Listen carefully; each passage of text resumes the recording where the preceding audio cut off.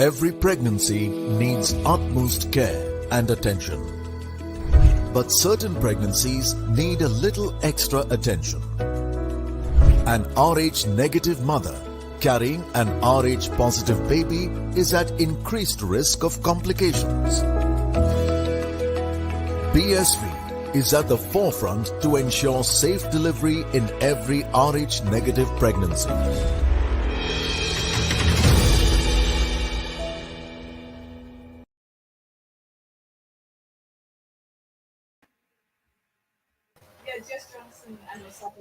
So hello and welcome to the Outside View presented by Women's Crick Zone and brought to you by AMRI Hospitals, Puma, Food and Wellness, BSV and NPL. So it's going to be a big contest today between Australia and West Indies. Australia, of course, showed us why they are the number one ODI ranked team with their all-round performance against New Zealand in the last game. West Indies, we are not writing them off anytime soon. They've defeated the host, they've defeated the defending champions, of course, before facing the defeat against India. But we know that they have the power to turn the tables around. So, joining me to discuss the game today are Julia and Brittany. Welcome, both of you, to the show. So, firstly, the toss was delayed due to the weather conditions, but the update is that West Indies have won the toss and they've elected to bat first. So we have, of course, one change for the West Indies. The positive is Deandra Dotting is playing. So that would be a happy moment for you, Brittany, knowing that she is there, of course. And the Yes. change is that Isa Mohammed is out and Karishma Ramirak has made it to the team. Your thoughts on how the lineup is today for this game? I did expect a change to be made. I went for Afi Fletcher instead, but Stefani said in the toss that she felt that the matchup with Ramarak and Australia was more fitted. It's good to hear that Dutton is well. We'll just be curious to see if she will be bowling. Definitely. Deandra Totten, of course, Stefani said that she wouldn't be bowling. But if we look at the batting, we know that the openers have provided the team with a good start. Haley Matthews, Deandra Totten looking there in good shape. But talking about the middle order there, Stefani Taylor hasn't looked at her absolute best yet.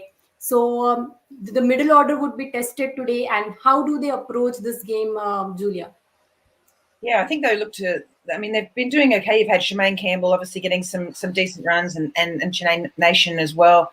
But they're just probably, and whether they're just being a little too careful to make sure that they get deep into their innings, but they seem to be very, very slow through that middle order, and they really slow the momentum that they're getting from the during that power play. Dotton and Matthews have been getting West Indies off to such a great start, and then it just sort of comes to this grinding halt. But I suppose with Kasim Knight not in there today, but with Taylor, we know that she's a quality bat, and she's just been a little lean on the runs in the last couple of days, but she needs to absolutely get some runs.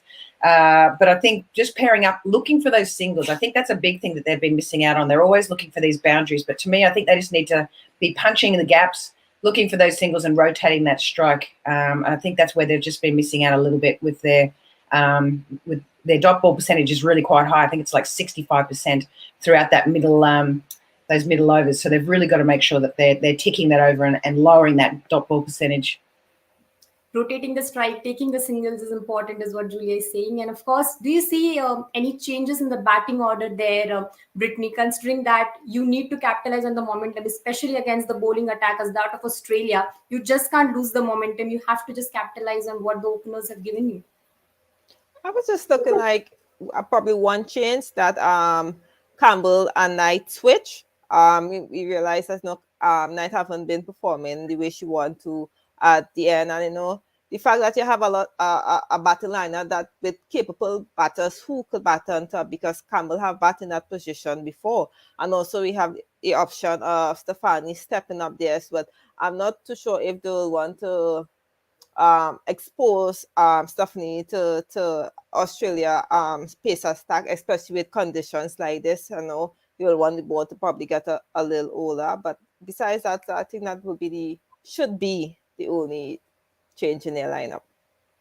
And as Julia rightly mentioned, that they need to convert those singles into doubles, probably rotate the strike, don't let the momentum go. So how should they strategize their batting considering the bowling attack of Australia? Anything else other than that, and the way they should just come in and prove themselves, because they have to just come up with their batting in the middle order. And you were tweeting a lot during the India game as well, because you were telling that we are still in amongst the required run rate. We are not losing the game, but somehow just the batting collapse cost them the game. Brittany. Sorry, yeah. We, as you said, mentioned before that Julia said that the ball percentage has been high for West Indies. Not now, but it has always been an issue, no matter about the team they've been facing. The fact that Australia bring Josh Jonathan in, I know it's going to be a lot more harder for the middle order. And the fact that West Indies are not a fan of, they're fan orthodox or leg break. So I know that is a very tactical move by Australia. And that's the thing I like about Australia. They pick their 11 based on conditions and also the team. It's not like, okay, well, the last 11 wins, so you're going to stick. It's also it's so tactical, and that's what make them such a unbeatable team. Well, not unbeatable, but number one team in the world. True, and I was going to come to that point, but before that, we'll just have a look at the head-to-head between West Indies and Australia. Of course, as to how the teams have fared when they've faced each other in the ODI format. 13 games, 12 Australia, 1 West Indies. Probably we always say that history has no takers, but West Indies will be all pumped up getting into this game. They wouldn't want to know that this record of losing against Australia, they would just want to keep that behind. But of course, we'll of course have once look on the playing 11 as well. There are changes in the Australian side as well. We see that Annabelle Sutherland and Jess Johnson have gotten, wherein Darcy Brown and Amanda Jade Wellington, the ones who were the stars for Australia in the last game, they've been rested. So before we head into that Australian bowling side, a final question on the West Indies batting to you, Julia. We of course see that before the show as well, we were discussing about the importance of Deandra Doughton in the team. She was struggling with the back injury against India as well, but was there firm on the pitch, getting those runs for the side. Tells you a lot about the character she is, and she's been performing with the bat, with the ball, and amazing fielding as well. So not missing her is probably firstly a very big positive for West Indies today. Yeah, I'm sure they were a little nervous the other day when she was a little injured, and I believe it was her back, but she has been amazing for the group. She's just such an amazing athlete. I wouldn't have said that the fielding has been outstanding by the West Indies team, but hers has by far been the best, and really leads from the front. And I think it does drive a lot of the other players in the team. Obviously, Hayley Matthews has been doing pretty well as well. But generally, I just think that, she's a natural leader in the group, maybe without any formal leadership role. But I think that the way that she just goes about it, she's so competitive. She doesn't want to lose. And I think even the fact that she stayed out there batting the other day, she really just adapted her game, knowing that she couldn't run too much. So she was just trying to hit boundaries, which is probably her normal game anyway. But to really take advantage of that, adapt her game, make sure that her and Hayley were putting on a big partnership to be able to try and get into that game. And unfortunately, as soon as she was out, it pretty much went downhill from there for the West Indies. So to me, her and Hayley need to have that platform that they need to set for. They're the best in the competition at this stage. They're averaging 65.66 or something ridiculous as an opening partnership. So you don't want to be splitting that anytime soon. It's working at the moment. It's just about how does the rest of the team start to buy into that momentum that they've created at the top of the order in order to continue on and get big scores. And the fact that they've won the toss today and they're having a bat first doesn't surprise me. They do like to not necessarily bat not under pressure and trying to chase down a total, but they love to get those runs on the board. And you can see they really bat with that freedom, and they can sort of pace their own innings that way. So it doesn't surprise me at all that that's what they've gone to do today. Definitely doesn't surprise us that they want to, sort of come there and defend the total, put a good total first of all on the board.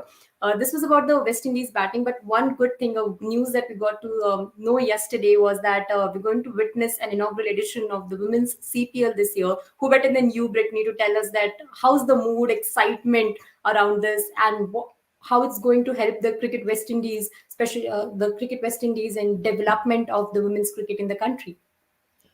The Caribbean, they are very excited. The fact that we haven't had any cricket since, I believe, 2019. We haven't had any regional cricket. So the fact that, most likely the first cricket in the Caribbean amongst women will be the CPL. We got a little taste of the T10 challenge in 2019, and it was everything. A lot of us outside of the West Indies senior team don't really have the opportunity to be showcased or showed live on television. The fact that, if it's 3 teams, a lot of young players are going to get exposed. Definitely, and that is going to help because we've seen that players coming in from these leagues performing for the side, and that's going to be a huge development, as you said. So, getting into the Australian bowling unit now, the first question that would strike our mind is Jess Jonathan missing the last game, coming back into this game.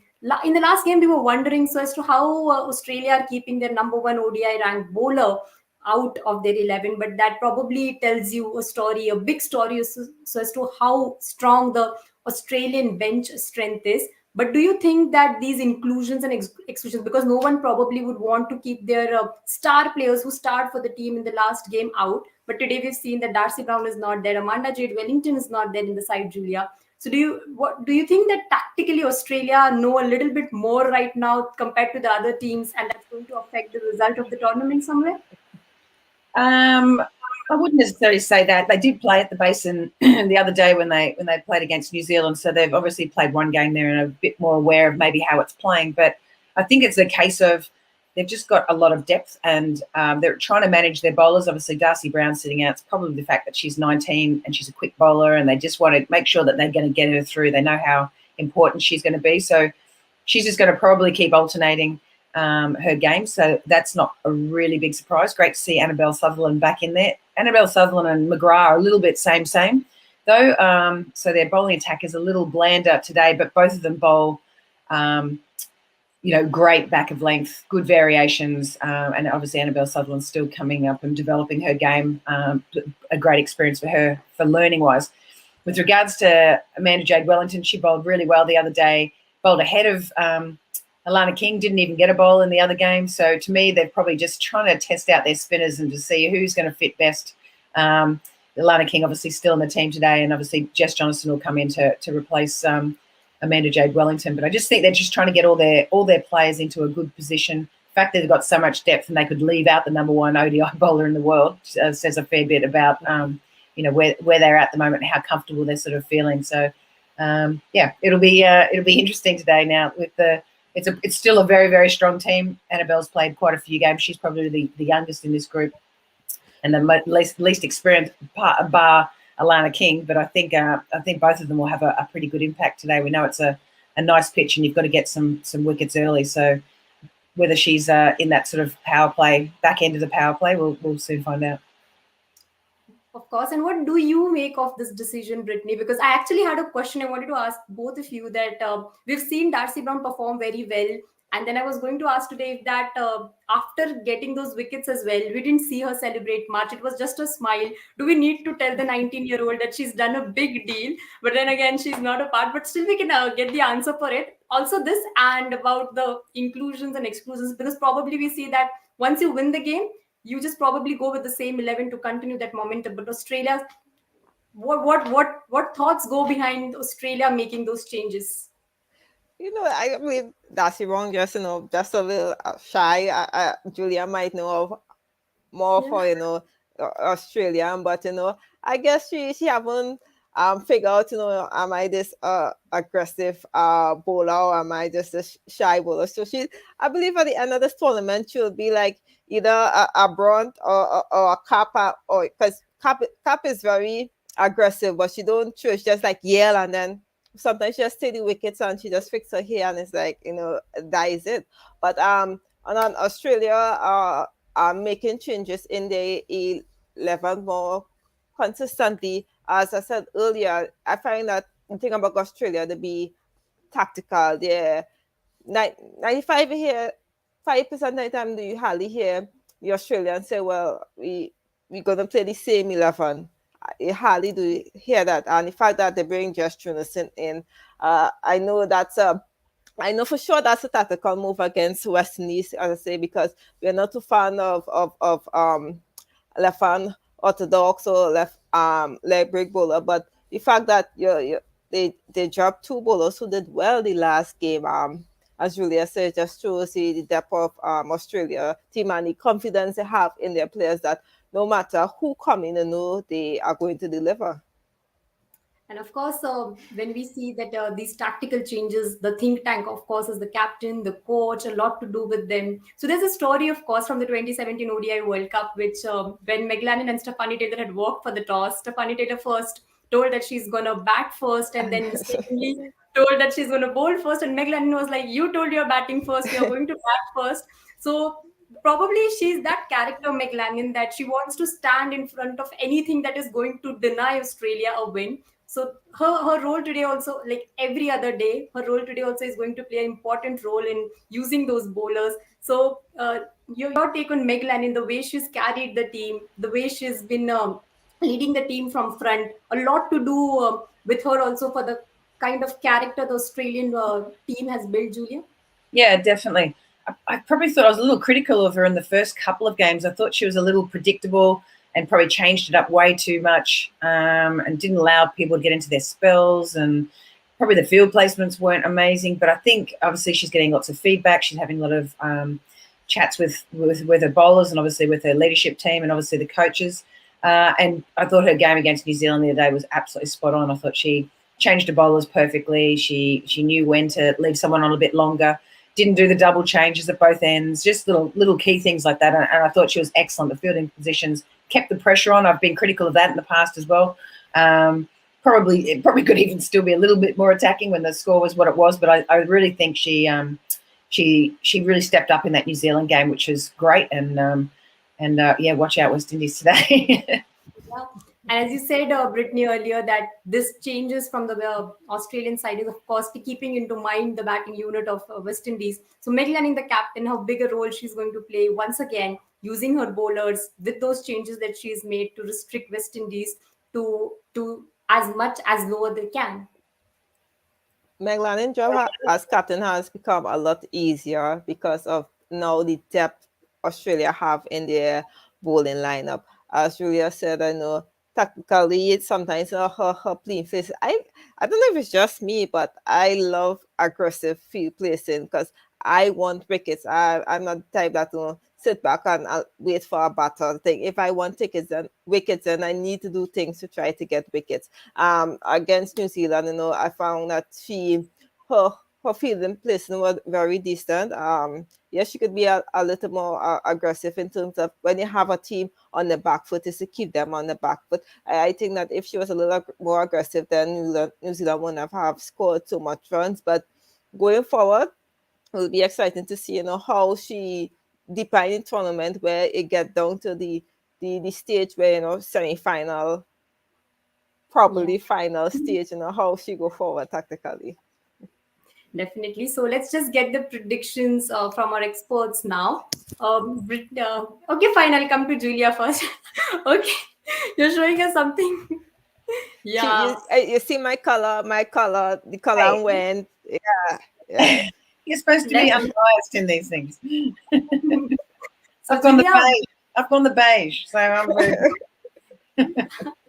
So both of the experts are very clear. It's good to have, the experts who are supporting the different teams. So you get a very good perspective and to ask questions as well and to get some predictions as well. So coming to you, Julia, first, how much is West Indies putting on board? It's a good question. Obviously, Liz Perry's been bowling very well in the power plays.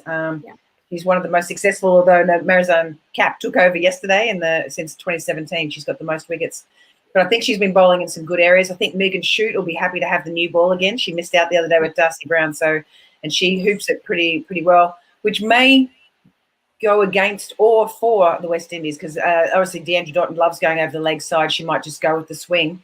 Or if she's bowling it fuller into that leg stump, she also may be a bit of trouble. So it's sort of sometimes your strength can also be your weakness.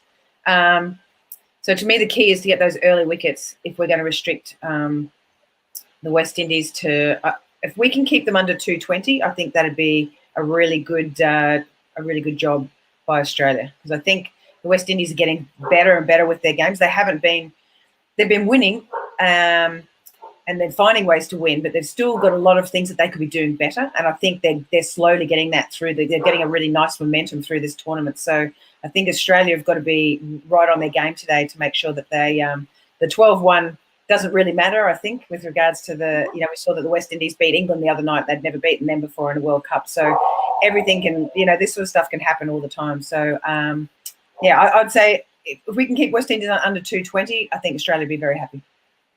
Okay, Australia will be happy if they keep West Indies under 220. You have Megan Shute, Elise Perry, Alana King, and two new, with the changes, you have just Jonathan Annabelle Sutherland. So what do you think about it, Brittany? I know a lot of people probably saying to beat Australia, you might need to score about 500 runs. But as Julia just said, West Indies average in this World Cup have been 230, 240 with Australia batting lineup. I would say 230 is the sort of score that West Indies need to score. If it's anything less than that, then obviously their fielding will have to step up and play, and their bowlers have to be a little more consistent. But for me, 230. Well, quite close, both of you, 220, 230. But the last time I took predictions of the pick of the bowlers as well. Just Julia, just don't be diplomatic with the answer this time around. Just tell me who is going to start with the ball for Australia. Who do you see doing the job? Of course, you know that there are multiple stars in the team, so it's of course getting difficult. But just keeping into mind the way of play of the West Indies, the batting of the West Indies, who do you think is commanding and dominating the proceedings? Well, obviously Hayley Matthews has been on fire with the bat for the West Indies. So I'm assuming that she'll do pretty well again. And she's got a really good record. Elise Perry hasn't got her out before, so that'll be interesting. But at the same time, Perry's also got Taylor out quite a few times, and for not many, for around 8. So I'm going to say, I don't know if Megan Shute will pick up a lot of wickets, but I think she'll keep it nice and tight. I think she'll challenge the openers. And she'll get Australia off to a pretty good start and probably only be going for 3s off her initial spell. So I'm saying to start the game off, I think Megan Shute, just to tie them down, put some pressure on them and potentially get that wicket maybe at the other end, if not herself. Megan Shute keeping it tight with economical overs and helping other bowlers. I'll ask you the pick of the batter then, Brittany. Apart from Deandra Dotton, Hayley Matthews, or you can choose one of those as well. But do you think someone else stepping in big time for the team today? For West Indies? Yeah, West Indies. Yeah, I think Knight will come into play. Kaisia haven't been scoring the runs, but she's very much capable of doing that. So I'm hoping that that today she does. And with the bowling for Australia, Jess Jonathan, I just feel that Australia will bring her on a lot earlier on today against West Indies. Okay, then we have our predictions, and the game is about to start in a few minutes. So you, of course, keep watching this space to get all the updates, and it's going to be an interesting contest, West Indies and Australia. We have both our experts looking quite excited for the game as well. We are looking forward for Brittany's tweets as well. I'll be following them, Brittany. So until then, you stay tuned to Women's Cricket Zone. We'll pick up this conversation in the mid-match show.